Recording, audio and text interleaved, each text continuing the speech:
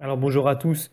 Aujourd'hui, nous continuons notre petite série de vidéos qui nous amène désormais donc à la troisième partie, qui consiste toujours à répondre aux arguments des témoins de Jéhovah pour pouvoir discuter avec eux, les comprendre, leur montrer en quoi leur argumentation n'est pas chrétienne, ne tient pas la route, et en quoi leur organisation n'est pas légitime, et en quoi ils se trompent donc sur l'Église catholique. Alors après, évidemment, nous ne sommes là que pour montrer, nous ne sommes là que pour annoncer, et après c'est le Seigneur qui travaille les cœurs et qui ouvre les esprits, et la personne aussi en face doit pouvoir avoir la volonté de s'ouvrir et d'écouter, et de pouvoir échanger, de ne pas rester coincé sur des erreurs manifestes que l'on montre, que l'on va montrer dans cette vidéo.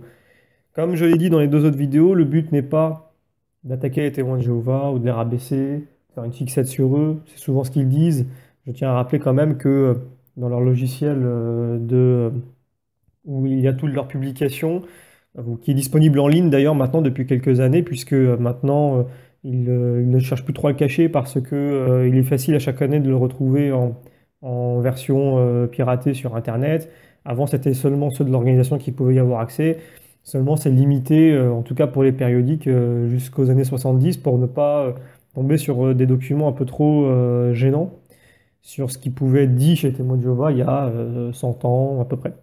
Donc, ce logiciel-là, il est disponible et quand on tape des mots comme par exemple catholique, on retrouve sur une période courte, sur seulement les 50 dernières années Témoins de Jéhovah, plus de 3500 occurrences rien que sur ce mot-là. On n'a même pas encore tapé église, on n'a même pas encore tapé prêtre, tous ces mots.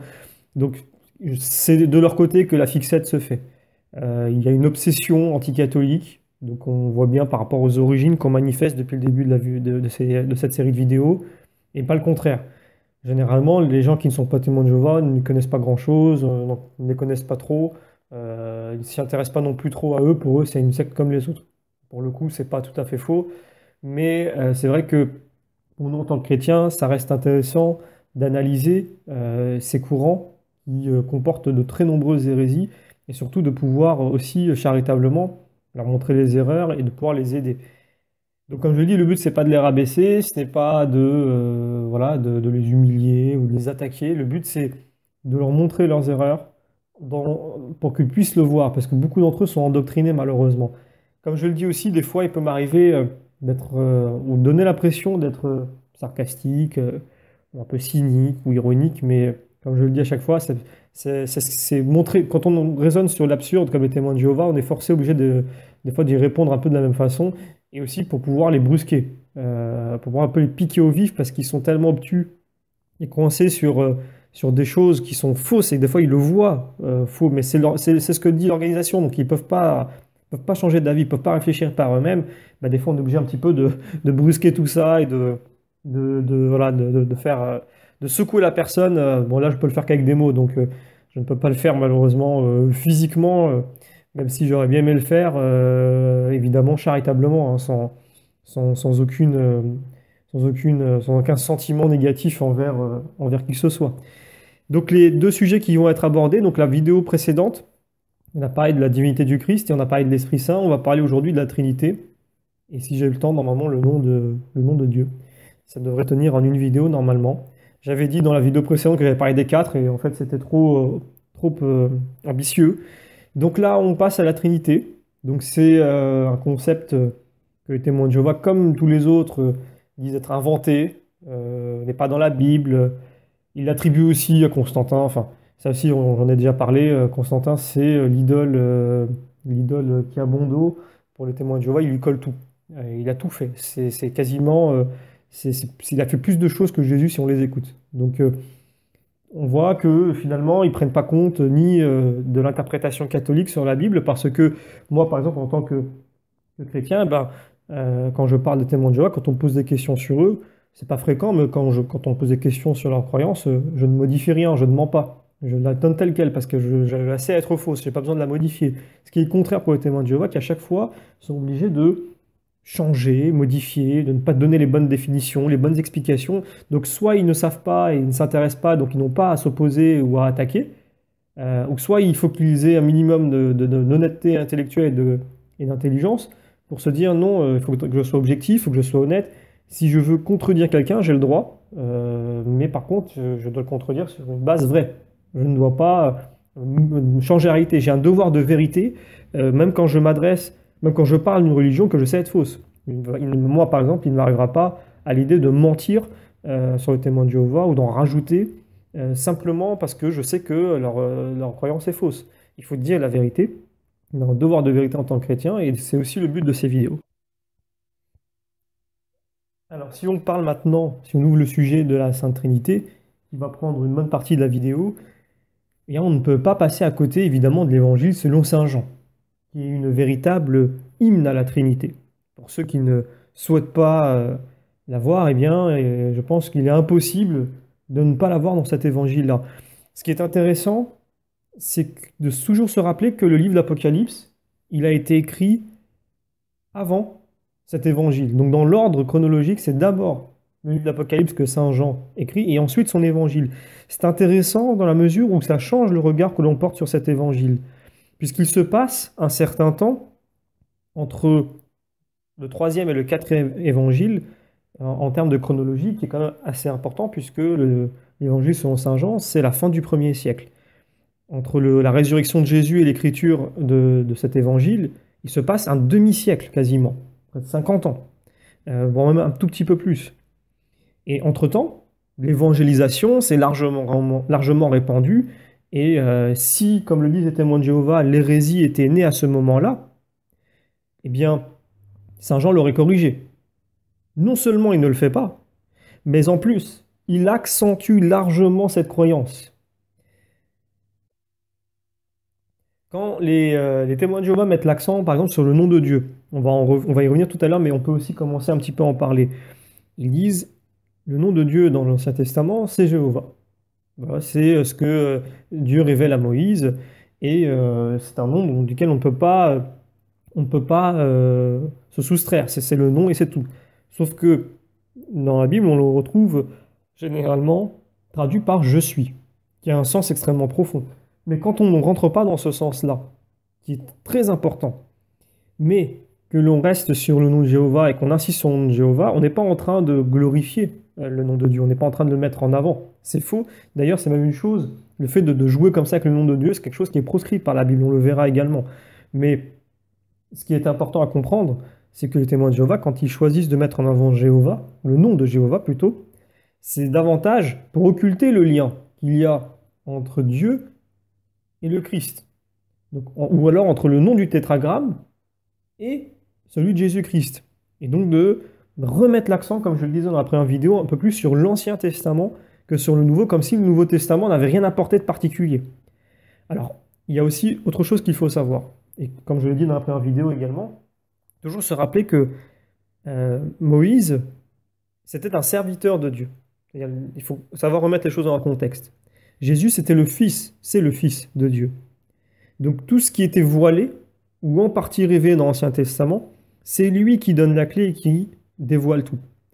Donc il n'est pas possible de prendre des versets isolés de l'Ancien Testament, même du Nouveau, mais encore plus de l'Ancien, sans regarder, se fier à ce qu'a dit le Christ ou à ce qu'ont dit les apôtres. Donc c'est souvent ce que les témoins de Jéhovah font, c'est d'isoler les versets et en plus des versets de l'Ancien Testament qu'ils vont interpréter comme si le Nouveau Testament n'a pas eu lieu, comme si les apports de Jésus-Christ sont secondaires ou alors sont dissociés. Voilà, vous voyez, on en revient à ce que je disais dans les premières vidéos. Alors que la Sainte Trinité, si je reviens dessus, on dit oui, mais ça c'est une croyance, c'est pas obligatoire, il suffit de croire en Jésus, et finalement, si on n'y croit pas, c'est pas grave. C'est tout à fait faux, puisque la Sainte Trinité, pour tout catholique, pour tout chrétien, parce qu'il n'y a pas que les catholiques qui croient en la Sainte Trinité, c'est le cas de l'orthodoxie, c'est le cas aussi de beaucoup de courants protestants, ça dit quelque chose de Dieu d'extrêmement profond, ça dit des choses sur le salut et de notre relation à notre prochain et à Dieu. C'est extrêmement important. J'ai déjà fait des vidéos une vidéo ou deux sur le sujet, j'en referai d'autres par la suite. Ça mérite un sujet à lui tout seul. Mais voilà, c'est pas simplement une croyance comme ça que l'on vient ajouter à une pile de croyances pour faire genre. Il y a un impact véritable sur notre spiritualité, sur notre relation à Dieu. Et si on n'en tient pas compte, on se coupe de beaucoup de choses. Donc il y a des vraies conséquences. D'ailleurs, quand Quand je dis ça, pourquoi est-ce que c'est important et que ça jette la lumière, cette croyance-là jette la lumière sur l'Ancien Testament? On voit souvent dans les publications des témoins de Jéhovah, pour boucher un petit peu les trous, on voit des, euh, des articles qui disent il faut, alors qui parlent du bien, il faut être gentil, il faut être généreux, voilà, il faut être sympathique parce que Jéhovah aime les bons cœurs, etc. On voit, bon, il y a peut-être des bons sentiments et une bonne intention derrière. Mais de fait, en agissant ainsi, par exemple, quand on choisit de prendre les 10 commandements isolés, tout seul, quand on choisit de prendre voilà, des versets qui parlent de ce que Dieu attend de nous, etc., mais que on ne les met pas en relation avec Dieu lui-même et ce qu'il est, vraiment ce qu'il est, on occulte et on dénature le sens de tout acte bon, supposé ou supposément bon, que l'on poserait. Puisque s'il est mis indépendamment de ce qu'est Dieu, qui lui est la source de tout bien, et qu'on ne connaît pas Dieu, forcément, on ne peut pas appliquer véritablement la volonté de Dieu telle qu'il le voudrait. Donc la volonté de Dieu pour nous. Pareil, si moi je vois beaucoup, j'ai souvent eu des témoins de Jéhovah qui m'ont parlé des 10 commandements, ils me parlaient moins du sermon sur la montagne, alors que celui-ci l'applique quasiment. Et il l'applique en sa propre personne, d'ailleurs Jésus-Christ, ces 10 commandements-là. Il en donne vraiment le sens complet. C'est pour ça qu'il dit qu'il n'est pas venu abolir l'Ancien Testament, donc il n'est pas venu l'effacer ou le remplacer, il est venu l'accomplir, le parachever. Ça, c'est aussi important. Donc la nouveauté du Nouveau Testament, puisque c'est un Nouveau Testament aussi, donc il y a forcément des nouveautés par définition, des fois c'est simple à comprendre, il y a la révélation de la Sainte Trinité, où le Fils révèle le Père et annonce l'Esprit Saint. On peut presque dire, d'une certaine façon, que l'Ancien Testament, c'est la révélation de Dieu, on peut dire un peu en tant que Père, puisqu'il est inaccessible encore à ce moment-là, même si le Christ agit et le Saint-Esprit agit, mais cette inaccessibilité, cette distance, qui est aussi due par le péché, ben c'est Dieu le Père, puisque jusqu'à ce jour, aujourd'hui, on peut toujours dire la même chose. Dieu le Père, on ne peut pas le voir, on ne peut pas accéder à lui. On a vu le Christ mais dans son humanité, mais on n'a pas vu le Père, parce que le Père est disponible, j'ai envie de dire, pour utiliser des termes un peu rapides, uniquement dans la vision béatifique, et celle-ci comporte des conditions qui sont abordées dans d'autres vidéos. Mais donc voilà, comme je le dis, l'Ancien Testament, on pourrait presque dire que c'est le Dieu en général, ou Dieu le Père qui est mis en avant. Dans le Nouveau, c'est le Fils qui montre le Père, donc il n'y a pas une si grande différence que ça. Et par la suite, toujours ça commence aussi dans le Nouveau Testament, à partir des Actes des Apôtres, c'est la révélation de l'Esprit Saint, qui, on le voit, agit immédiatement. D'ailleurs, au moment où je fais cette vidéo, on est le dimanche de Pentecôte. Donc vous voyez, ça tombe bien. Voilà, donc par la même occasion, même si la vidéo sera probablement publiée après, mais je vous souhaite, j'espère que vous avez tous passé une belle fête de Pentecôte. Donc, je vais lire un passage en Jean chapitre 1. Personne n'a jamais vu Dieu. Le Fils unique qui est dans le sein du Père est celui qui l'a fait connaître. Donc personne n'a jamais vu Dieu, mais Jésus si. Donc si Dieu est Dieu, il ne faut pas l'oublier, a révélé à Moïse, comme je l'ai dit, que personne ne peut voir Dieu sans mourir. Et pourtant, lui, Jésus, quand il vient sur terre, et avant sa résurrection, il dit qu'il a vu Dieu, et que personne d'autre ne l'a vu. Donc il faut se poser les bonnes questions. Jean chapitre 3. En vérité, je te le dis, nous disons ce que nous savons et nous rendons témoignage de ce que nous avons vu, et vous ne recevez pas notre témoignage. Si vous ne croyez pas quand je vous ai parlé des choses terrestres, comment croirez-vous quand je vous parlerai des choses célestes? Personne n'est monté au ciel si ce n'est celui qui est descendu du ciel, le Fils de l'homme qui est dans le ciel. Alors, ce dernier passage, on pourrait presque, quand on parle de ciel, on parle de la demeure en fait de Dieu. On pourrait presque remplacer ces mots-là dans ce verset par « Personne n'est monté vers le Père, si ce n'est celui qui est descendu du Père, le Fils de l'homme qui est dans le Père. » On pourrait presque le traduire comme ça, pour mieux le comprendre. Jean chapitre 3, verset 16. « Car Dieu a tellement aimé le monde qu'il a donné son Fils unique, afin que quiconque croit en lui ne se perde pas, mais obtienne la vie éternelle. Car Dieu a envoyé son Fils dans le monde, non pas pour juger le monde, mais que par lui le monde soit sauvé. Celui qui croit en lui échappe au jugement, celui qui ne croit pas est déjà jugé, du fait qu'il n'a pas cru au nom du Fils unique de Dieu. » On peut prendre Jean 14 pour mieux comprendre ce texte. Jésus lui répond, moi je suis le chemin, la vérité et la vie, personne ne va vers le Père sans passer par moi. Puisque vous me connaissez, vous connaîtrez aussi mon Père.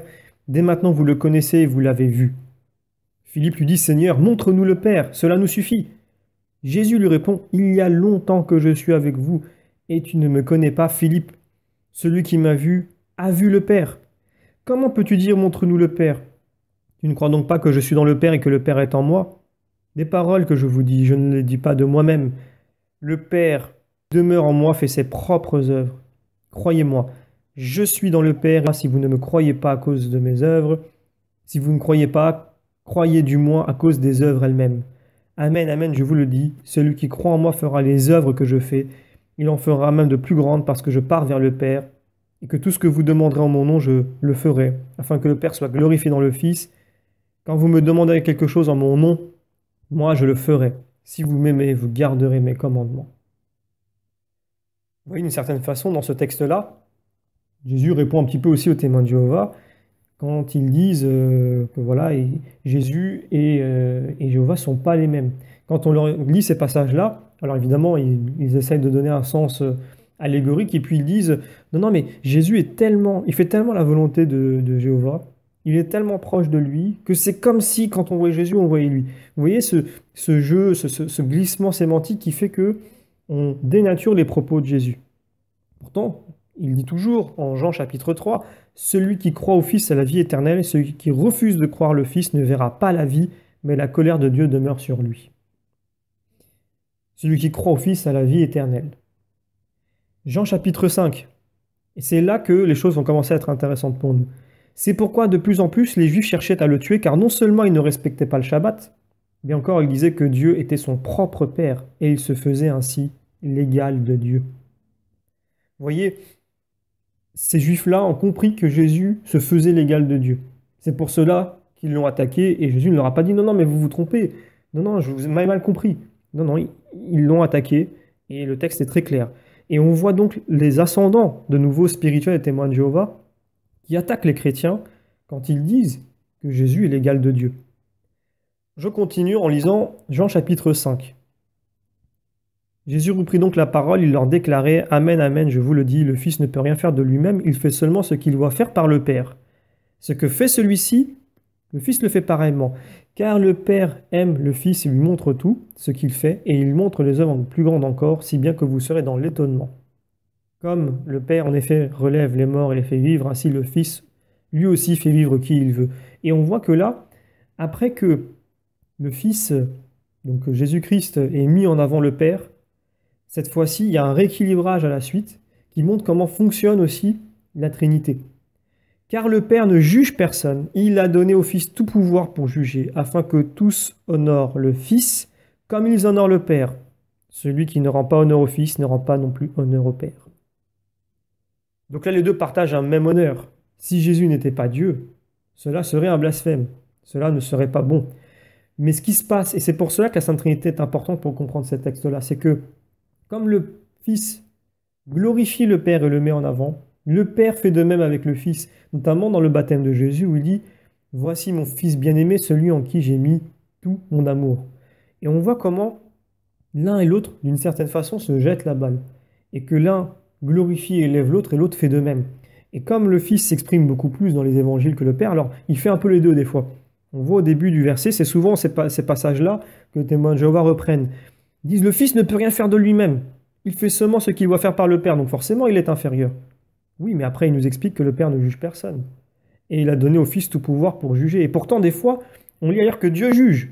C'est Dieu qui jugera. Mais si le Père ne juge personne, mais que Dieu juge, on le lit dans la Bible, ça veut dire que le Père n'est pas Dieu? Ben non.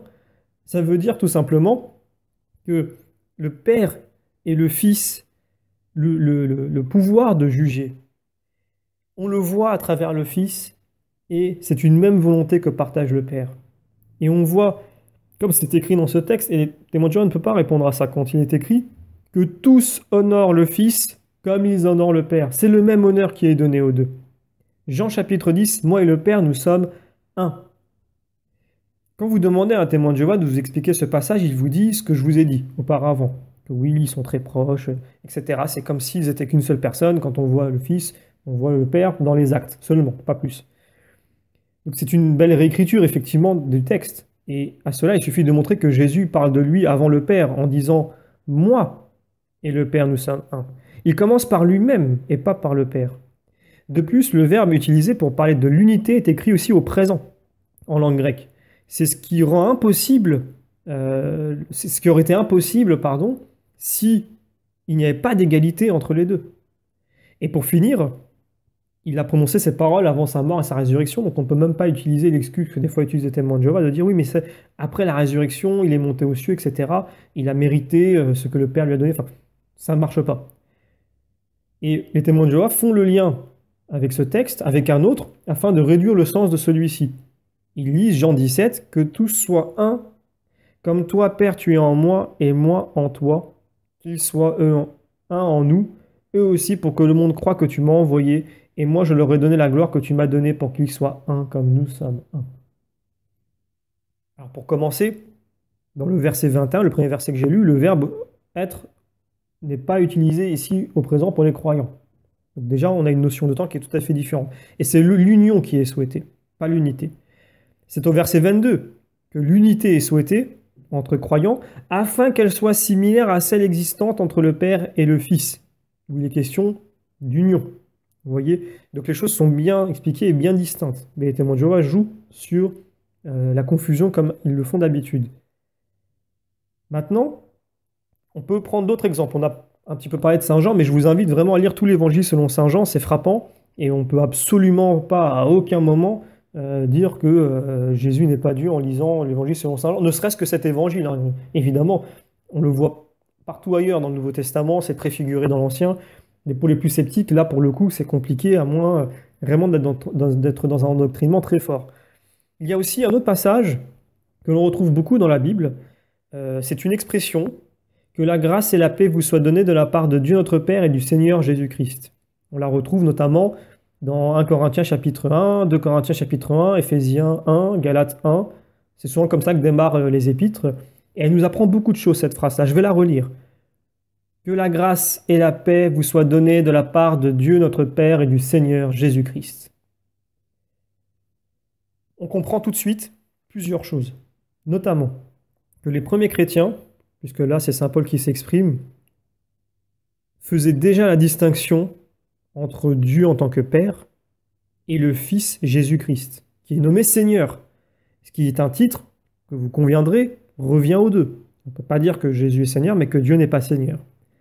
Deuxièmement, le fait de demander la grâce, quelque chose qui provient typiquement de Dieu, et exclusivement, la paix, la miséricorde aux deux personnes à la fois, les met forcément à égalité. Sinon, ce serait associer autre chose que Dieu à Dieu lui-même, et ce serait un blasphème. Sauf si Jésus est Dieu.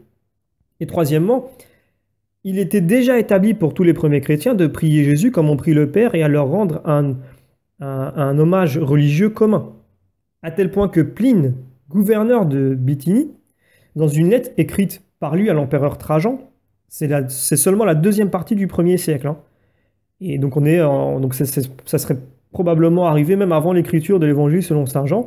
Il est gouverneur de Bithynie et il écrit une lettre à l'empereur Trajan où il lui dit qu'il a fait une enquête sur ce qu'étaient les chrétiens et qu'il avait appris qu'ils avaient coutume à un jour fixe de se réunir avant le jour pour chanter ensemble un hymne à Christ comme Dieu, donc en tant que Dieu. On retrouve ce récit notamment dans les histoires ecclésiastiques d'Eusèbe. Et ça prouve que l'opinion que Jésus n'était qu'un simple homme, et ses propos, est un abandon de la foi primitive. Il cite un écrivain encore plus ancien que lui qui disait « De plus, tous les psaumes et tous les hymnes des frères, écrits dès le commencement par les fidèles, célèbrent les louanges du Christ, la parole de Dieu, et lui attribuent la divinité. » Donc ça, ce sont des témoignages qui sont avant la fin du 1er siècle. Et je reprends l'expression qu'il utilise, « L'opinion que Christ n'est qu'un simple homme est un abandon de la foi primitive. » Voilà ce qu'est l'abandon de la foi primitive. Ce dont les témoins de Jéhovah d'aujourd'hui accusent les chrétiens d'aujourd'hui qui ont 2000 ans. De plus, pour continuer le développement, pour le Père comme pour le Fils, les mêmes conjonctions dans la Bible sont utilisées. en lui, par lui, pour lui, etc. Donc de fait, encore, les mettre sur un même pied d'égalité. Dans Apocalypse 14, il est indiqué que l'agneau porte à la fois son nom et le nom du Père. 2 versets plus loin, il est question d'un seul trône au singulier, devant lequel un cantique nouveau est chanté. Un seul trône pour 2 personnes. Ce même trône dont au chapitre 7 du même livre, il est question, nommé le trône de Dieu. Pareillement, le sanctuaire ou temple dont il est question au chapitre 21, toujours de l'Apocalypse, verset 22, que je vais lire. Dans la ville, je n'ai pas vu de sanctuaire, car son sanctuaire, c'est le Seigneur Dieu, souverain de l'univers et l'agneau. Donc, quand on lit ça, c'est assez évident. Si le nom, le trône et le temple ne sont finalement différenciés au regard de Dieu et de l'agneau, comment pouvons-nous dire que Jésus, le Fils ou l'agneau, n'est pas à égalité avec le Père? On peut continuer si cela ne vous suffit toujours pas. Dans Romains 14, saint Paul dit que tous nous comparaîtrons devant le tribunal de Dieu. En 2 Corinthiens 10, il est écrit qu'il nous faut tous comparaître devant le tribunal du Christ. A priori, c'est le même tribunal. Il n'y en aura pas deux. Donc, est-ce que Jésus est Dieu? À moins de continuer à chercher à faire des pirouettes acrobatiques ou des courbettes insensées façon Watchtower, il n'est pas possible de dire le contraire. Romains chapitre 1, il est question de l'évangile de Dieu. Dans le même chapitre, 9 versets plus loin, on parle de l'évangile du Fils. 1 Corinthiens chapitre 1, il est question de l'église de Dieu au verset 2, qui est à Corinthe. En Romains 16, il est question de l'église du Christ. Romains 5, car sachez-le bien, aucun impudique ou impur ou cupide, c'est-à-dire idolâtre, n'a d'héritage dans le royaume du Christ et de Dieu. Ils partagent un même royaume. Romains chapitre 8, pour vous, vous ne vivez pas selon la chair, mais selon l'Esprit, si du moins l'Esprit de Dieu habite en vous. Si quelqu'un n'a pas l'Esprit de Christ, il ne lui appartient pas. Dans ce verset, c'est encore plus clair. Il est question d'un seul et même Esprit, celui de Dieu et celui du Christ. Et pour terminer, une déclaration encore plus claire qui pourrait se suffire à elle-même, puisqu'il s'agit d'une proclamation de saint Jean qui d'un coup d'un seul dit texto que Jésus est Dieu, 1 Jean chapitre 5 verset 20. Nous savons aussi que le Fils de Dieu est venu et qui nous a donné l'intelligence pour connaître le véritable, et nous sommes dans le véritable, en son Fils Jésus-Christ. C'est lui qui est le Dieu véritable et la vie éternelle. Petits enfants, gardez-vous des idoles. Vous voyez, ce texte, il est assez clair, évidemment. Donc, à moins de modifier, de falsifier la traduction, il est impossible, à travers ce verset, de ne pas dire que Jésus est Dieu.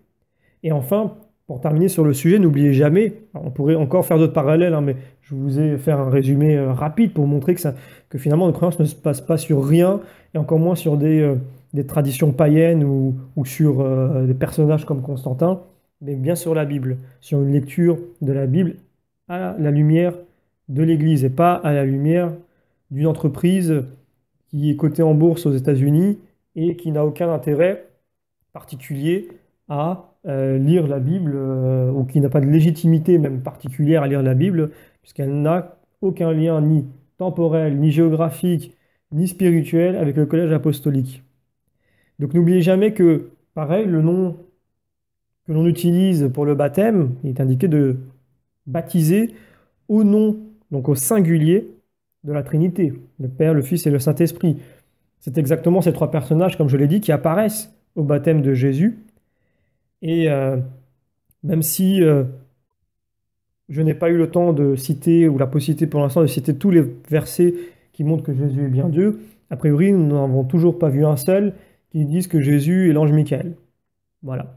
Donc comme je l'ai déjà dit, c'est une hérésie tout à fait inédite, une exclusivité des témoins de Jéhovah, puisque, à ma connaissance, ni dans l'Église traditionnelle, ou dans l'Église orthodoxe, ou catholique, ou même les églises protestantes, ni dans les courants sectaires hérétiques, on a eu l'idée saugrenue de faire de Jésus un ange qui aurait pris la forme d'homme.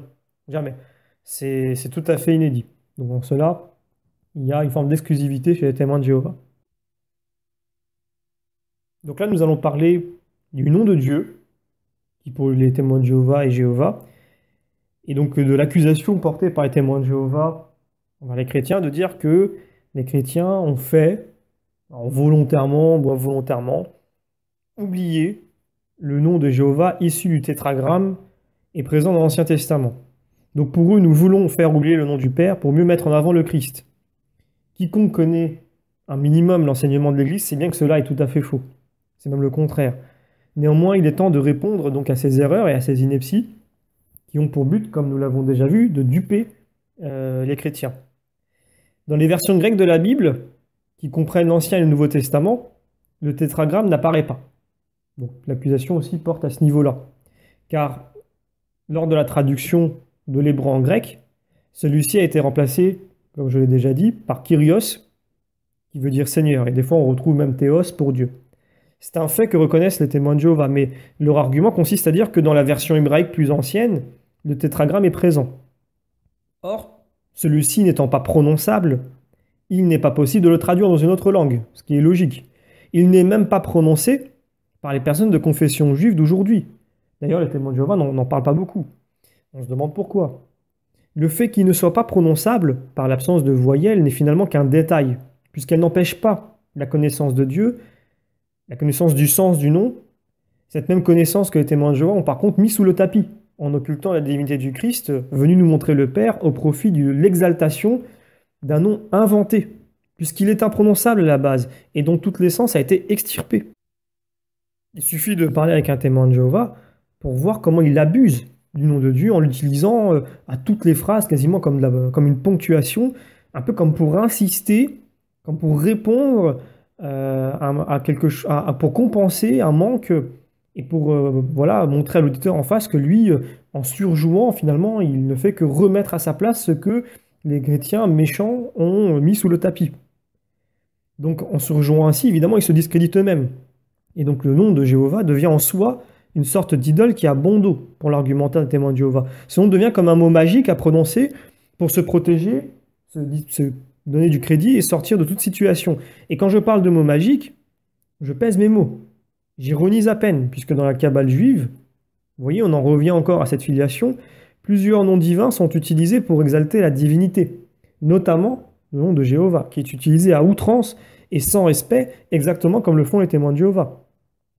Le tétragramme n'a jamais été ni oublié ni renié par l'Église, bien au contraire.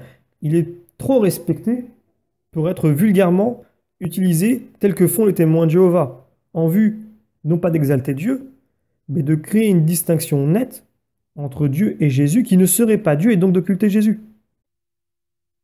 Pourtant, et je le répète, le tétragramme est absent du Nouveau Testament. Cela n'a pas empêché les témoins de Jéhovah de librement le rajouter quand il s'agit de différencier Dieu et Jésus et de réduire la divinité de Jésus à néant. Je tiens à rappeler, avant de continuer, ce passage du livre de l'Exode. « Tu ne prendras point le nom de l'Éternel ton Dieu en vain, car l'Éternel ne laissera point impuni celui qui prendra son nom en vain. » C'est aussi un des 10 commandements. Donc, notre explication elle ne s'arrête pas au terme Kyrios, qui est le terme grec du Seigneur. Il y a également le terme Maranatha, qui est un terme araméen, constitué de 2 mots, qui veut dire « Viens Seigneur » et qu'on le retrouve dans le Nouveau Testament, notamment dans l'Épître aux Corinthiens de saint Paul et dans le livre de l'Apocalypse.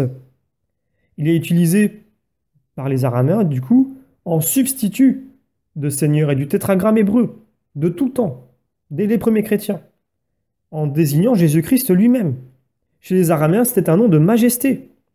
Donc est-ce que les témoins de Jéhovah vont aussi accuser les araméens de ne pas avoir fait comme les premiers chrétiens? Mais ce sont eux, entre autres, les premiers chrétiens. Et les témoins de Jéhovah, 18 siècles après, sont censés savoir mieux qu'eux et avoir mieux compris qu'eux, alors que les témoins de Jéhovah se targuent systématiquement d'être fidèles aux enseignements des premiers chrétiens. Je pense qu'il faut être un peu sérieux et garder les pieds sur terre.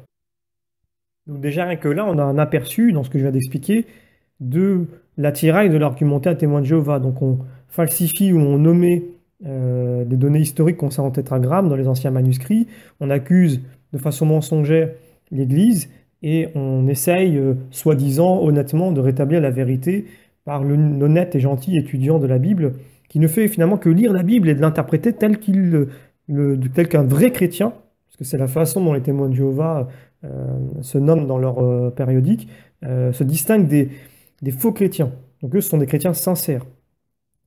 Donc pareil, nous reviendrons par la suite sur certains mensonges que l'on retrouve dans les publications de témoins de Jéhovah, mais Vous imaginez 2000 ans de tradition et toute une liste de pères de l'Église qui n'ont pas compris les enseignements des apôtres et la langue grecque ou hébraïque, mais grâce à des étudiants de Russell et de Rutherford, la vérité a pu être établie.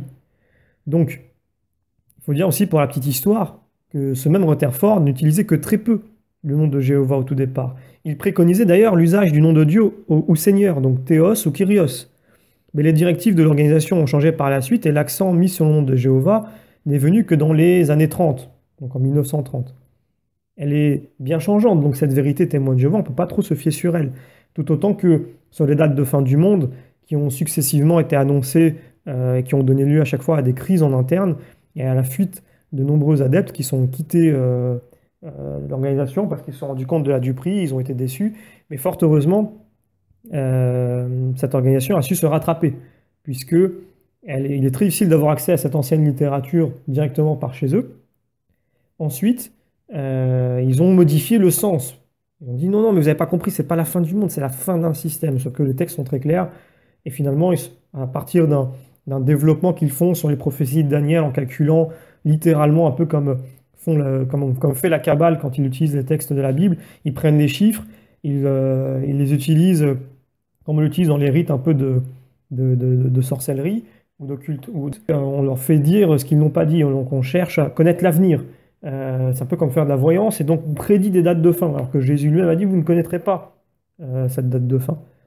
Mais les témoins de Jéhovah se sont rattrapés en disant, non, ce n'est pas la fin du monde, vous n'avez pas compris, c'est la fin d'un système. Visiblement, les gens n'ont pas compris 4 fois, parce qu'il y a eu 4 fins du monde que les témoins de Jéhovah ont donné, qui n'a jamais abouti. À chaque fois, on s'est rattrapé en disant, non, non, mais vous inquiétez pas, on va vous donner la bonne date cette fois-ci, et ça n'a jamais marché. Donc, quand vous allez d'ailleurs sur leur ouvrage en ligne, la bibliothèque en ligne, pour chercher un petit peu tout ça, vous vous rendez compte que sur une grande partie des périodiques, vous ne pouvez pas aller plus loin que les années 70. Et c'est eux qui accusent l'Église de cacher des œuvres dans sa bibliothèque du Vatican, etc. Alors que c'est tellement pas le cas. Hein. Quiconque connaît un petit peu le fonctionnement du Vatican sait très bien que cette bibliothèque, non seulement depuis quelques années, est en train d'être numérisée, et qu'évidemment, pour des ouvrages des fois uniques, d'une valeur inestimable, on ne va pas laisser rentrer n'importe qui. Mais par contre, un bibliste ou un théologien, sur une demande particulière, peut tout à fait rentrer pour faire des études à travers de textes, du moment que on le connaît, on l'a identifié, que l'ouvrage reste en place, etc. Il y a une valeur quand même dans ces ouvrages-là. Après tout, je pense que, vu ce que font les témoins de Jéhovah du grec et de l'hébreu, qui rentrent dans une bibliothèque où la plupart des livres sont en latin ou en grec, ça ne donnerait pas un grand résultat. Donc vous voyez, c'est encore l'ironie à chaque fois les témoins de Jéhovah d'accuser les chrétiens de faire en fait finalement ce que eux font.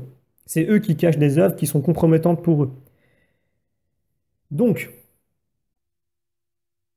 comme je l'ai dit, il y a eu des changements évidemment. On l'a vu avec Rutherford qui a changé beaucoup de choses. Ces changements sont approuvés par l'organisation du moment que ça sert le projet de départ, qui des fois est inconnu des fidèles. Donc c'est pas grave, on peut accepter les changements et quitte à des fois revenir sur certaines choses pour lesquelles on a auparavant excommunié certaines personnes parce qu'elles n'étaient pas d'accord. Vous voyez, donc on peut vraiment pas se fier à cette organisation pour quoi que ce soit. Donc, maintenant nous allons passer à la partie très intéressante, puisque nous allons voir comment finalement le nom du tétragramme, celui de Jéhovah dans l'Ancien Testament, eh bien, Jésus-Christ lui-même. Là, je sais qu'en disant ça, les témoins de Jéhovah, qui s'ils écoutent les vidéos, vont bondir de leur chaise. Pour eux, c'est déjà de dire que Jésus est Dieu, c'est terrible, qu'il est égal au Père, c'est terrible, mais en plus de dire que ils partagent le nom du tétragramme, alors là c'est l'hystérie. Mais pour continuer, il peut être intéressant de prendre la réponse des témoins de Jéhovah sur le sujet, qui, comme souvent, sur des sujets aussi gros, pensent pouvoir répondre en 4-5 lignes. Je vous lis la réponse complète à la question « Le nom de Dieu est-il Jésus ?» Puisqu'ils viennent répondre, comme toujours, à des affirmations antérieures à eux. En parlant de lui-même, Jésus a employé l'expression « Fils de Dieu ». Il n'a jamais prétendu être le Dieu Tout-Puissant. D'ailleurs, Jésus priait Dieu. Et il a appris à ses disciples à prier ainsi « Notre Père qui es aux cieux, que ton nom soit sanctifié ». Jésus a indiqué quel était le nom de Dieu lorsqu'il a cité cet ancien passage des Écritures « Écoute, ô Israël, Jéhovah notre Dieu est un seul Jéhovah ». Alors je coupe, bien, on voit qu'il y a beaucoup de choses qui sont des inepties dans ce qu'ils viennent de dire, mais le plus gros mensonge qu'on voit à la fin, c'est qu'ils citent un passage du Nouveau Testament où ils ont rajouté Jéhovah, alors que dans les traductions originales, il n'y est pas. Donc c'est de eux-mêmes qu'ils ont décidé de modifier cette traduction pour qu'elle coïncide avec ce qu'ils disent. Donc après, on en a déjà un peu parlé, mais revenir sur Jésus prier Dieu, on a évidemment compris le sens qu'il y a derrière. Ça ne fait pas de lui quelqu'un d'inférieur à Dieu. Et quand il emploie le terme de fils de Dieu, alors bon, si le fils de Dieu n'est pas Dieu, je ne sais pas, le fils, si un parent écoute cette vidéo, il comprend bien que son fils est de même nature que lui. Donc si on dit que son fils n'est pas humain, il va se poser la question, oui, mais c'est mon fils, techniquement, on est censé avoir la même nature. J'ai pas enfanté une girafe ou un stylo bic, j'ai enfanté un enfant qui a la même nature que moi. Donc un témoin de Jéhovah, une fois m'a répondu, oui, mais même si c'était la même chose pour Jésus, donc il en trouvait le fait qu'il peut avoir une essence divine, puis après il s'est rattrapé en me disant, non, mais en fait c'est parce que c'est un esprit. C'est ce côté-là, donc les témoins de Jéhovah confondent la nature avec, avec l'essence, avec la fonction, tout est mélangé pour eux. Donc un ange finalement est un esprit, donc par conséquent, il partage la même nature que Dieu. Enfin, c'est toujours très cafouillé avec les témoins de Jéhovah. Mais voilà. Déjà on se rend compte que il y a une falsification ici du texte pour lui faire dire ce qu'il n'a pas dit. Donc comme je l'ai dit, donc dans le Nouveau Testament, il n'y a pas le tétragramme du tout, les témoins de Jéhovah l'ajoutent. Il faut savoir aussi que le tétragramme est écrit de différentes façons dans la Bible, d'après l'orthographe hébraïque, selon la situation dans laquelle il se trouve. Donc par exemple, s'il est précédé par Adonai, il ne sera pas écrit de la même façon. Adonai est un des autres noms de Dieu. Il recevra des voyelles du nom d'Élohim, etc. Donc là par contre, c'est un peu particulier, mais le tétragramme ne s'écrit pas de la même façon. Il est important de rappeler aussi l'importance du coup, puisque je viens de l'évoquer, d'Adonai chez les Hébreux et les premiers chrétiens, puisque dans les traductions grecques, faites autant par les Hébreux, la Septante, 270 ans avant Jésus-Christ, donc c'est même pas encore l'Église. Donc les témoins ne peuvent pas accuser l'Église du coup. Et autant par les chrétiens par la suite qui ont suivi cette tradition et qui ont fait que le tétragramme YHWH n'est pas traduit en tant que tel, et autant dans l'écrit que dans la vocable. C'est le terme Adonai qui est utilisé et qui en grec a donné Kyrios et qui veut dire Seigneur. Donc ce n'est pas, comme je l'ai dit, l'Église, sous l'impulsion du démon, comme le diraient les témoins de Jéhovah, qui ont cherché à cacher le nom de Dieu, mais c'est ainsi qu'ils ont reçu et connu le tétragramme, parce qu'ils ne pouvaient pas le prononcer. Ils ne pouvaient pas, ils ne pouvaient pas non plus le désacraliser. Ils savaient trop bien ce que cela implique. Fort heureusement, Jésus est venu nous faire connaître le Père, que nous pouvons appeler Abba, notamment. Mais est-ce que les témoins de Jéhovah ont vraiment intérêt à mettre en avant cette appellation dans leur entreprise de destruction du Nouveau Testament et de l'Église? Pas forcément. Je continue. Il est intéressant de se rendre compte que dans l'Ancien Testament, les qualificatifs ou caractéristiques concernant Dieu, ou Jéhovah, selon la traduction des témoins de Jéhovah, sont les mêmes que celles concernant Jésus. Ainsi, en Zacharie chapitre 4, Michée 4 et Josué 3, le tétragramme, ou Adonai, sont indiqués comme souverains de toute la terre. C'est exactement les mêmes termes que l'on retrouve dans le Nouveau Testament pour Jésus-Christ. Je rappelle Romains chapitre 10, il n'y a aucune différence en effet entre le juif et le grec, puisqu'ils ont tous un même Seigneur, qui est riche pour tous ceux qui l'invoquent. Car quiconque invoque le nom du Seigneur sera sauvé. D'ailleurs, pour l'histoire du tétragramme, si certains sont intéressés, il y a des ouvrages en ligne qui en parlent d'ailleurs, notamment sur diverses façons de l'écrire dans les textes sacrés des documents hébraïques. Voilà, si ça intéresse certaines personnes, il y a des ouvrages en ligne sur le sujet. Je vais prendre un autre exemple. Le discours de Saint Pierre à la Pentecôte, ça tombe bien, où il dit ceci en Actes chapitre 2. Alors toute personne qui fera appel au nom du Seigneur sera sauvée. Donc toute personne qui fera appel au nom du Seigneur sera sauvée. Il cite le prophète Joël, qui parle de Dieu, en indiquant directement au verset suivant, Israélites, écoutez ces paroles. Dieu vous a désigné Jésus de Nazareth, en accomplissant par lui et au milieu de vous des miracles, des prodiges et des signes, comme vous le savez vous-même. Là, on pourrait presque dire que Saint Pierre parle aux témoins de Jéhovah directement, mais quand il cite ce passage-là, il cite Joël qui parle de Dieu, le prophète Joël dans l'Ancien Testament. On peut prendre l'exemple le plus frappant où Jésus lui-même dit être Jéhovah. Et là, je dis Jéhovah parce qu'on parle aux témoins de Jéhovah, même si c'est pas comme ça normalement qu'on doit le dire. Mais on voit bien qu'il révèle ce tétragramme dans le Nouveau Testament aux Juifs. Je vais lire un passage. Les pharisiens lui disaient: Où est-il ton Père? Jésus répondit: Vous ne connaissez ni moi ni mon Père. Si vous me connaissiez, vous connaîtriez aussi mon Père. Il prononça ces paroles alors qu'il enseignait dans le temple, à la salle du trésor, et personne ne l'arrêta parce que son heure n'était pas encore venue. Jésus leur dit encore: Je m'en vais, vous me chercherez, vous mourrez dans votre péché. Là où moi je vais, vous ne pouvez pas aller. Les Juifs disaient: Veut-il donc se donner la mort puisqu'il dit: Là où moi je vais, vous ne pouvez pas aller? Il leur répondit: Vous, vous êtes d'en bas et moi je suis d'en haut. Vous, vous êtes de ce monde et moi je ne suis pas de ce monde. C'est pourquoi je vous dis que vous mourrez dans vos péchés. En effet, si vous ne croyez pas que moi, je suis, vous mourrez dans vos péchés. Alors ils demandaient: Toi, qui es-tu? Jésus leur répondit: Je n'ai pas cessé de vous le dire. À votre sujet, j'ai beaucoup à dire et à juger. D'ailleurs, celui qui m'a envoyé dit la vérité. Ce que j'ai entendu de lui, je le dis pour le monde. Ils ne comprirent pas qu'il leur parlait du Père. Jésus leur déclara: Quand vous aurez élevé le Fils de l'homme, alors vous comprendrez que moi, je suis, et que je ne fais rien de moi-même. Ce que je dis là, je le dis comme le Père me l'a enseigné. Celui qui m'a envoyé est avec moi, il ne m'a pas laissé seul, parce que j'ai fait toujours ce qui lui est agréable. Sur ces paroles de Jésus, beaucoup crurent en lui. Plus loin, dans les versets 57 à 59, nous lisons: Les Juifs lui dirent: Tu n'as pas encore 50 ans et tu as vu Abraham. Jésus leur dit: en vérité, je vous le dis, avant qu'Abraham fût, je suis. Là-dessus, ils prirent des pierres pour les jeter contre lui, mais Jésus se cacha et il sortit du temple. Donc là, c'est encore plus évident, puisque quand j'ai insisté, vous l'avez remarqué, sur je suis, Jésus cite le nom de Dieu et se l'approprie. C'est lui-même qui le fait. Je continue.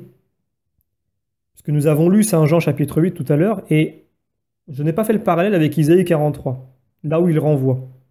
Je vais lire Isaïe 43. Vous êtes mes témoins, oracle du Seigneur.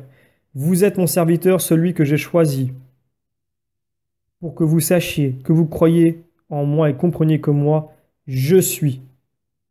Avant moi, aucun Dieu n'a été façonné, et après moi, il n'y en aura pas.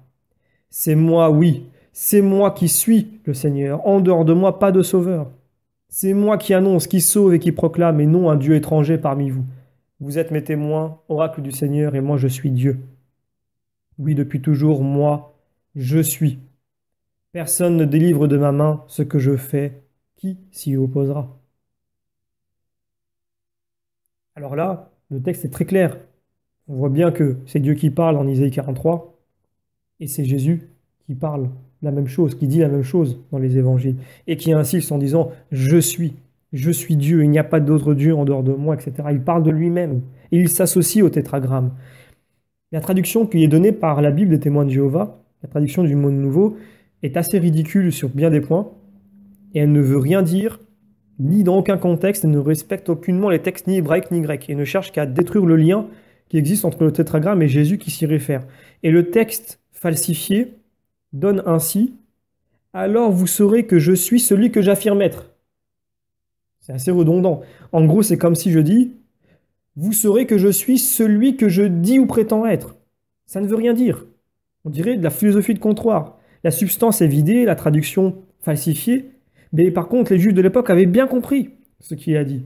Il a bien compris que Jésus ne parlait pas de lui directement. Il se liait au nom du tétragramme et il se désignait être Dieu. Donc il ne disait pas: vous n'avez pas cru que je suis celui que je suis, à savoir le Fils de l'homme, simplement un homme et fils de Dieu. Non. Il a bien utilisé le tétragramme pour le coup, mais il est traduit en grec. Et il est fort probable que si Jésus s'exprimait en araméen, pour le coup, il faudrait, s'il y a des recherches sur le sujet, ça peut être intéressant. Moi, je rappelle avoir lu des choses dessus, mais je ne me souviens plus, je voudrais pas être imprécis. Mais du coup, s'il s'exprime en araméen, eh bien, ça vient étayer ce que nous avions dit auparavant sur l'utilisation du terme Seigneur en araméen. Mais ce qui est certain, c'est que quand il parle, Jésus, à ce moment-là, il est fort probable qu'il utilise la même traduction, la même façon dont les Hébreux ont compris le nom, le tétragramme, et qu'ils l'ont donc identifié. Ils ont essayé de le lapider, puisqu'il a prononcé un blasphème. Il se mettait au même niveau que Dieu. Donc ils ont bien compris ce qu'il disait. D'ailleurs, dans le passage que nous avons lu, nous voyons que les Juifs, au début, ne comprennent pas ce que dit Jésus. Et il leur répète, quand vous aurez élevé le Fils de l'homme, alors vous comprendrez que moi je suis. C'est intéressant, quand vous aurez élevé le Fils de l'homme, moi ça me fait penser à la croix. Et qu'est-ce qui a été écrit sur la croix? Jésus le Nazaréen, le roi des Juifs, en 3 langues. Si vous prenez l'acronyme hébraïque de cette inscription, vous obtiendrez le tétragramme. Yeshua, Hanostri, Wumelech, HaYehudim. YHWH. Et c'est à ce moment-là aussi que les Juifs ont compris l'écriteau. Et ils ont demandé à le modifier. Est-ce étonnant que ce soit Saint Jean d'ailleurs qui rapporte ce fait? C'est pas du tout, puisque c'est ce que nous avons expliqué auparavant. Et il y a bien d'autres exemples. Dans Jean chapitre 13, Jésus dit « Vous m'appelez Maître et Seigneur et vous avez raison, car vraiment je le suis. » Un peu après, il dit « Je vous dis ces choses dès maintenant, avant qu'elles n'arrivent. Ainsi, lorsqu'elles arriveront, vous croirez que moi, je suis. » C'est bien le tétragramme que Jésus utilise, qui renferme l'existence permanente et éternelle de sa personne, tel que le tétragramme l'évoque. Le rapport que j'ai fait juste avant entre Saint Jean et Isaïe n'est absolument pas inconnu ou hasardeux, c'est même courant. Prenons d'autres textes, pour vous montrer que ce n'est pas simplement le fait du hasard. Isaïe 4. Qui a fait cela? Qui l'a réalisé? Celui qui dès le commencement appelle les générations. Moi le Seigneur, je suis le premier, et avec les derniers encore, je suis.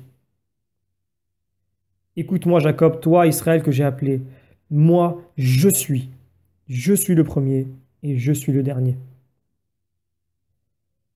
Donc, il faut se rappeler que les traducteurs de la Septante, donc c'est une traduction qui a été faite par ordre d'Alexandrie, d'Alexandre le Grand de mémoire en Alexandrie, qui a demandé aux Juifs de l'époque de faire une traduction en grec de la Bible hébraïque. Donc c'est 270 ans avant Jésus-Christ. Eux-mêmes traduisaient le tétragramme par « je suis », directement, comme en Ésaïe 45, 18. Ainsi parle le Seigneur, le Créateur des cieux, lui le demande qui fit la terre et la façonna, lui qui l'a fermé, qui l'a créé, non pas comme un lieu vide, mais qui l'a façonné pour être habité. Je suis le Seigneur, il n'en est pas d'autre. Le texte d'origine aurait pu tout à fait être traduit par « moi Jéhovah le Seigneur », mais ils ont choisi de le traduire par « je suis ». Donc vous n'imaginez pas le nombre de parallèles que l'on pourrait faire comme ça. Il y en a tellement d'autres. Je vais encore en prendre un. Genèse 26.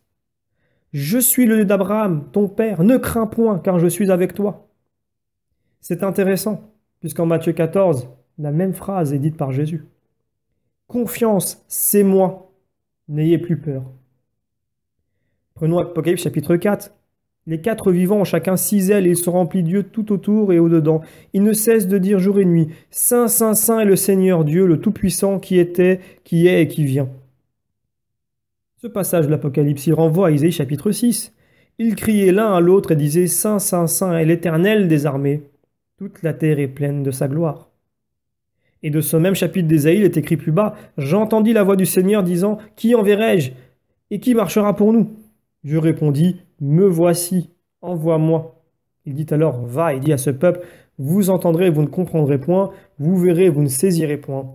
Rends insensible le cœur de ce peuple, endurcis ses oreilles et bouche-lui les yeux, pour qu'il ne voie pas de ses yeux, n'entend point de ses oreilles, ne comprenne point de son cœur et ne se convertisse point et ne soit guéri.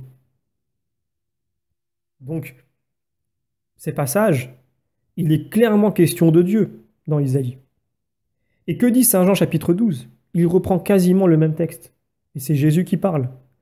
Il a rendu aveugles leurs yeux, et il a endurci le cœur, de peur qu'ils ne voient de leurs yeux, qu'ils ne comprennent dans leur cœur et qu'ils ne se convertissent, et moi je les guérirai. Ces paroles, Isaïe les a prononcées parce qu'il avait vu la gloire de Jésus, et c'est de lui qu'il a parlé. La gloire de Jésus. La gloire de Jéhovah, s'il est témoin de Jéhovah, veulent reprendre ce nom. La gloire de Dieu. Ces 3 choses que l'on retrouve dans les textes que je viens de citer. En 3 textes, on a les 3. C'est une seule et même gloire. Les premiers chrétiens ont compris que le tétragramme a une signification très profonde, qui renvoie à l'éternité de Dieu, d'où la traduction éternelle. C'est logique.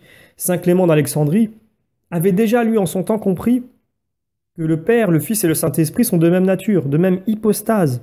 C'est un terme qui est dans la Bible. Saint Paul aussi avait ce concept que l'on retrouve en Colossiens chapitre 1, donc il est l'image du Dieu invisible. Et donc lorsqu'il dit en 2 Corinthiens chapitre 4, « Si notre évangile est encore voilé, Il est voilé pour ceux qui périssent, pour les incrédules dont le Dieu de ce siècle a aveuglé l'intelligence afin qu'ils ne vissent pas briller la splendeur de l'évangile de la gloire de Christ, qui est l'image de Dieu. Saint Hilaire de Poitiers n'a pas non plus mis de côté ou caché le tétragramme, au contraire. Il y comprenait le sens profond de la divinité qui renvoyait aussi à Jésus-Christ. Il suffit de lire son ouvrage. Même dans d'autres ouvrages, il y en a plusieurs. Saint Augustin disait que dans les personnes humaines, on ne voit que le passé et le futur. Mais dans la personne du Verbe de Dieu lui-même, on ne voit que le présent qui ne bouge pas, qui est immuable. Saint Jean Chrysostome a aussi noté que dans la Bible, les termes Dieu et Seigneur sont utilisés de façon indistincte pour parler du Père et du Fils. Sévérien de Gabala, mais malgré les griefs qu'il a pu avoir avec Saint Jean Chrysostome, le rejoint sans appel dans cette conclusion que toute l'Église tire du terme Kyrios. Elle est attribuée à la divinité du Père et au Fils indistinctement. Donc en conclusion de ça, le nom de Jésus-Christ est la continuité de l'utilisation du tétragramme, non plus dans une forme vocable imprononçable et inconnue, mais dans le doux nom de Jésus, qui n'est pas resté comme voilé à un peuple, comme l'était Dieu dans l'Ancien Testament, mais qui, en s'incarnant, s'est fait proche et semblable aux hommes, hormis le péché, afin de nous faire connaître le Père. Voilà, j'ai essayé de faire quelque chose d'assez court, parce que vous imaginez bien que si on prend tout ce que la tradition de l'Église a pu dire sur le Christ et sur sa divinité et sur la Trinité, bah, cette chaîne justement est faite pour mettre tous ces ouvrages-là, mais il faudrait des centaines et des milliers d'heures d'écoute.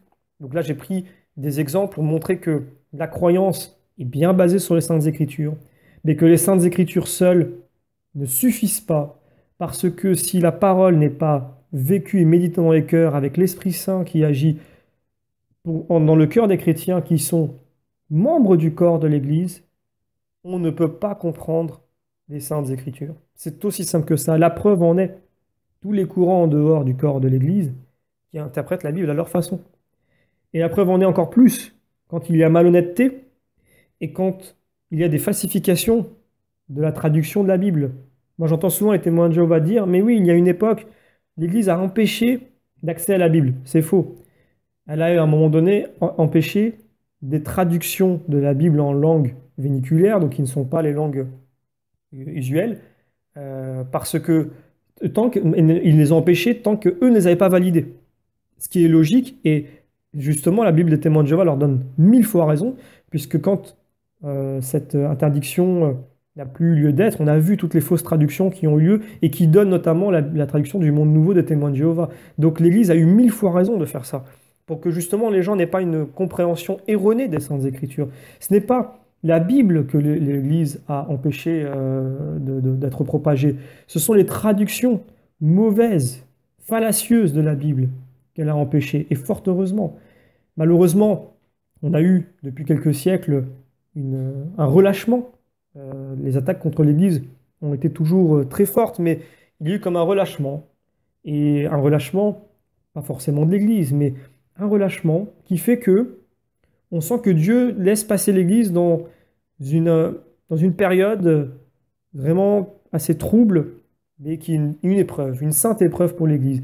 Et donc, les hérésies en tout genre ont forcément profité de cet espace qui leur est ouvert, et on a vu une profusion de courants religieux qui des fois faisaient des traductions de la Bible qui étaient erronées, donc qui ont donné raison à l'Église. C'était à peu près au XVIe siècle que l'Église a interdit les traductions en langue qui n'était pas usuelle de la Bible, parce que justement, ils voyaient ce qui arrivait. Il y a eu des traductions qui ont été faites qui étaient imprécises, incorrectes, qui donnaient de fausses croyances. C'est ce que l'Église a empêché, justement. Si l'Église n'avait que pour but, comme le disent les témoins de Jéhovah, de servir le diable et de jeter l'hérésie, bah, une hérésie ou une autre, c'est pareil, il n'y a pas de problème. On n'avait qu'à tous les laisser aller du moment qu'on jette l'hérésie. Mais comme ce n'est pas le but des témoins c'est pas le but de l'Église, ben, vraisemblablement, on voit bien qu'elle a été garante du dépôt de la foi, elle a été garante des traductions, et grâce à elle, aujourd'hui, nous avons une traduction de la Bible et un dépôt de la foi qui est préservé. Je ne serai pas plus long, et je vous remercie d'avoir écouté l'ensemble de cette vidéo. Je vous donne rendez-vous pour la prochaine vidéo qui abordera des questions un peu plus générales, la question de la croix, la question de la naissance de Jésus-Christ un 25 décembre, la question aussi de l'enfer éternel, la question, voilà, toutes ces questions, ce que, pareil, les témoins de Jéhovah ne comprennent pas forcément et qu'ils accusent l'Église d'avoir inventé. On va se rendre compte que ce n'est pas le cas. Comme on s'en rend compte dans ces vidéos, que finalement, l'Église se base beaucoup plus sur les Saintes Écritures et donc sur une compréhension beaucoup plus profonde que ce que les témoins de Jéhovah croient. Donc c'est à eux de tirer leurs conclusions. Soit leur organisation se trompe sur l'Église catholique et donc elle n'a aucune crédibilité sur l'ensemble de son œuvre, ou soit elle ne se trompe pas, ou plutôt, quand on peut se tromper par erreur et on peut se tromper volontairement, dans les deux cas, elle n'est pas crédible. Voilà, c'est la question que doivent se poser les témoins de Jéhovah, et moi je vous donne rendez-vous pour la prochaine vidéo, qui peut-être sera la dernière si j'arrive à tout caser, mais on arrive quasiment à la fin.